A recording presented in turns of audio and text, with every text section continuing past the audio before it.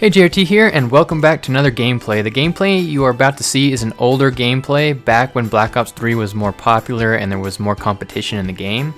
I actually carry the team to a win and get over 100 plus kills in domination with 4 captures and 15 defends. And the map we're playing on is one of the DLC maps, Rift. However, that is not the highlight of the video. This is part 1 of many parts explaining how to become a better player other than just focusing on skill.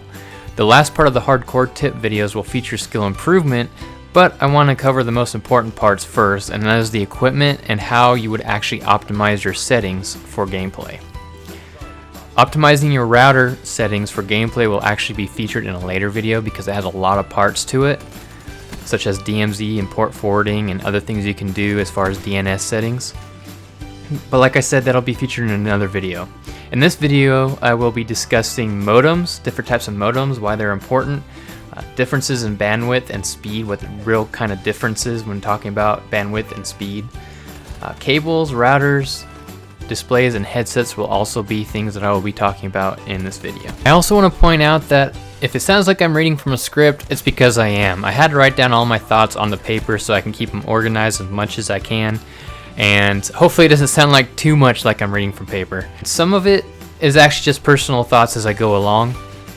Another note too, I am not advertising any product on this channel. I am not being sponsored in any way to say anything. I'm not being paid to say anything. All of this is just my personal thoughts and opinions and things I've learned over the years. So let's begin with what you have as far as equipment goes. Most people do not know the difference between a router and a modem. In general, a router is equipment that manages how your home network routes its information, and a modem is what helps you connect online. Most cable and DSL companies will provide you with a router-modem combination for a monthly rental fee. Most of these companies sign a contract for third-party router-modem combos, and they are most likely inexpensive pieces of junk that at least gets you online but does not last as long as a third-party router and a third-party modem. Most internet providers will give you an option to replace your rented modem for a third-party modem. It is highly recommended for someone to do this, and do not buy something like a Motorola Ares 2-in-1 modem router combo. If you go to your local electronics store, do not let them con you into buying one of these.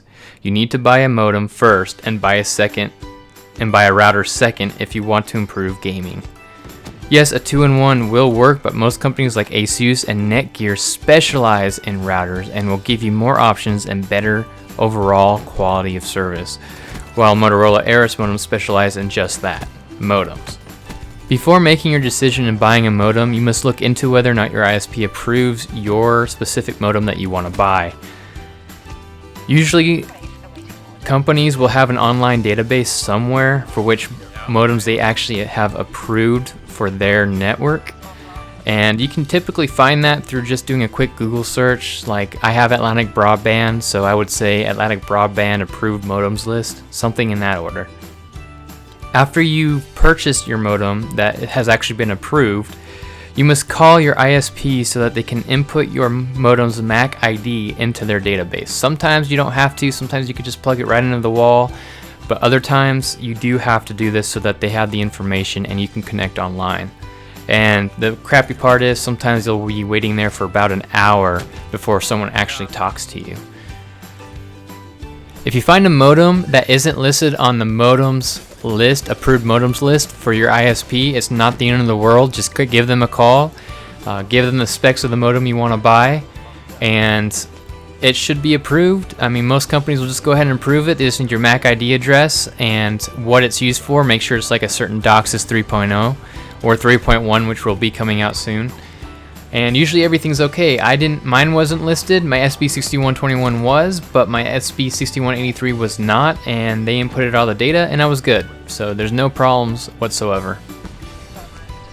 The only side effect is if it's a brand new modem that just came out on market and you want to use it, it might be some time before that company sends information to your new modem as far as firmware updates. Firmware updates might take a little while before they actually have approved that specific modem.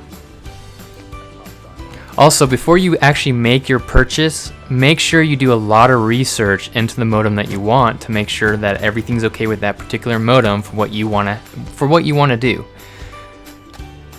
For instance, when I had 60 megabytes download and 60 upload, I had a great modem for several years. The modem I used was a Motorola ASUS SB Sierra Bravo 6121 cable modem. The modem was great since you did not have to set it for bridge mode manually because it automatically detects a router, so that modem automatically turns itself to bridge mode rather than having to worry about going into the modem itself and change it manually. However, I had actually decided to upgrade my internet service to 120 megabytes download and 10 megabytes upload. The modem Sierra Bravo 6121 is a DOCSIS 3.0 modem and has a 4x4 channel bonding, which means more lanes for traffic. 4x4 means 4 download streams and 4 upload streams, which is okay for gaming with 60 megabytes per second. If you have like a DOCSIS 2.0, they only have 1 stream for upload and download, so most cable companies do not even allow you to hook those up anymore. The SB6121 or Sierra Bravo 6121 modem claims theoretical speeds of up to 172 megabits down and 131 megabits up. But this is just in theory, and most will only half the speed. In other words, it'll be only half the speed that they claim. To get more throughput, when using 120 megabits per second, I could use an upgraded model such as a Sierra Bravo 6183. The SB6183 is a DOCSIS 3.0 modem with 16x4 channels, meaning 16 download channels and 4 upload channels. This means more throughput and less congestion in a single lane, especially if more people are streaming or web surfing in your household. However, just because all of this seems great, you must still make sure that your provider can bond to these channels. Otherwise, upgrading to a different model with more channels might be pointless if they can't bond to those channels. You can find out more about channel bonding in the description below. Netgear gives a great explanation in a quick 3-minute video. If you have the same approximate download and upload speed as I did previously with 60 megabytes download and 6 upload, or your ISP does not provide anything more than 4x4 channels, then this SB6121 cable modem is probably the best modem. I highly recommend this modem if that's the case. Now remember, cable modems and DSL modems are 2 different types of equipment. One uses cable, the other uses landlines or telephone lines to supply internet. I just wanted to make that quick note because some people don't really understand the difference between a DSL and a cable modem. So after I upgraded my internet service to 120 megabytes per second download and 10 upload, I wanted to go ahead and purchase a new modem. I didn't know exactly which models I wanted at the time. They had newer models out, and when I purchased the ASUS Sierra Bravo 6183, but when I read the reviews on the newer models, they were pretty much future-proof. However, some like the SB6190 had issues with ping, which is a problem for gamers. Download and upload speeds were great, but packets being uploaded and downloaded were quite slow and needed to be fixed with a firmware update. The company was aware of this issue and eventually fixed it, but I didn't want to deal with a potential problem when it came to a Call of Duty gameplay. So I chose the cable modem Sierra Bravo 6183, SB6183. It's a great modem. This modem also auto-detects routers, so anytime a router is connected, it auto-detects it and it will bridge itself. Although I did have an issue one time where the modem kept resetting itself when it read the router. When this happened, I fixed the issue by unplugging everything and plugged the modem into my computer, which resets the modem to router mode. Then I unplugged it for 30 seconds and connected it to my router once again. Poof, everything is fine. It was a slight glitch in auto detection and it was easily fixed. So before I go any further, I just want to explain real quick that the reason why I upgraded my internet service to a higher, quote, speed, unquote, isn't necessarily for speed in game, but for streaming. In gaming, you must have a fast ping. When I used DSL, I had a 6 megabyte download and 500 kilobits upload, which is extremely slow, but since I set up my router modem separately and correctly, I was able to play with virtually no lag and with an open NAT type. I will get into OpenNAT type in my next tips video, so I'm not going to go too in depth now. The packets were able to get to where it needed to go without loss, and my ping speeds were below 30 milliseconds, which is key. You want to make it below 30 milliseconds if you can. When multiple users on my network watched Netflix, then there was congestion in the line and there was a problem with both ping and limited download and upload speeds. My reason for upgrading wasn't for the download speed, it was for the upload. In order to have a successful clear stream, you must have plenty of upload bandwidth. 6 megabits upload didn't work as well as 10 and could only stream in 720 at 30 frames per second. At 10 megabits per second upload, I am able to stream at 1080p at 30 FPS, along with fluid gameplay. Call of Duty does not take that much bandwidth to run it. Here is an example that I have as far as the graphic goes. In the graphic, I take a snapshot of my real-time traffic monitor that is embedded in my gaming router software. As you can see, I had the wired tab selected, which will give me a detailed view of incoming and outgoing packets, or download and upload speed, of my wired devices without taking into account other devices connected to my router. This is just my PlayStation 4 that is connected. If I chose WAN, it would show the total of everything connected online through the router. The large spike in download bandwidth is from COD's server trying to download my profile. The median spike I have under the first bracket is me trying to find a suitable lobby. Then under the long bracket is actually download and upload speed while I was playing on the map Crusher. Nothing gets close to even 1 megabit per second. This shows that upgrading your service is really not important unless you have a lot of devices on at once. 60 megs per second and 6 megs per second upload is fine for most family networks. Only exception is if you upload a lot of pics or videos as well as streaming, then the upload speed needs to be increased. A quick note before I move on, people who have DSL most likely will have to set their modem to bridge mode manually. Plenty of sources online will help you with that, and even the ISP provider that you have will also help you in setting up your modem in bridge mode. If you attempt to plug in your router into your modem without setting your modem to bridge mode, you will have all sorts of errors and connecting to the internet will be a problem. The modem will try to assign an IP for the router and probably the device, and the router will also try to assign an IP to the modem and also the device. These will create NAT errors, and most likely PS4 will show NAT3 on your test, which is really bad. You do not want NAT3. NAT2 is showing that you are using a router that is connected to a modem. So NAT2 is okay, NAT3 is bad. And NAT2, when I'm referring to these NAT types, I'm referring to what the test shows in the PlayStation 4 when you do test connection, not the Call of Duty game. Now let's move on to cabling. Cabling is actually more important than what people think, and it might not show too much improvement, but anything helps. I actually replaced all my Cat5e cables with Cat7 and Cat6 cables. I make my own Cat6 cables and bought the Cat7 cable. The reason for the replacement is simple. I have a lot of wires hanging around my setup, and just to ensure that everything will run fine and there's not a lot of crosstalk, I replaced the Cat5e cables. Also, according to Nashua Data Solutions, Cat6 appears to be faster than Cat5 in terms of signal. Cat7 actually shields each individual wire, while the other cables do not.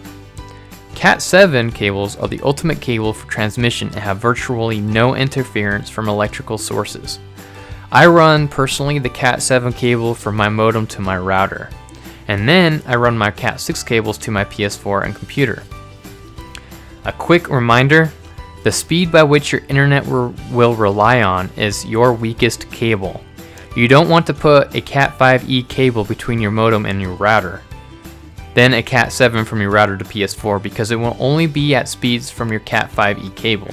If you want to learn more about cabling, I left the URL link down in the description below if you want to learn more. So let's go ahead and move on to the router. I don't want to get too much into this portion because in the next tips video, I will be going more in depth on the router itself. What I will state though is cheaper routers do not function or have as many options as more expensive routers. In this case, more is better. The NetDuma is a functional router and will do well in most circumstances at a reasonable cost of about $200 at the time of this video. I prefer the more higher end routers from ASUS and Netgear. The router I use is an RT-AC87R AC2400 dual band gaming router, and I'll leave all that in the description below. It's really just a mouthful.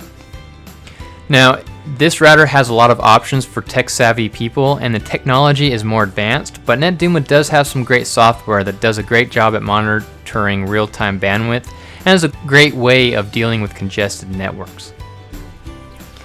But it does not have very great Wi-Fi connections if it's needed. My router cost me about $300 to $400 at the time and is now about $258 new on Amazon.com. The new Nighthawk X10 gaming router is supposed to be really good, and hopefully when the price goes down, it will be my next purchase. Right now on Amazon, the X10 is about $450, which is way out of my budget. Whatever router you choose, just make sure it supports gaming and is good enough for streaming if you choose to stream. Also, ensure that the router has QoS, or quality of service, is capable of port forwarding, and has an option for DMZ.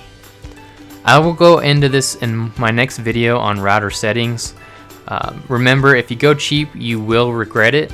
Cheap routers tend to not last as long in my experience due to stress you put on it through time. Now I saved the best for last because most people do not think that a monitor or TV can hinder their gameplay.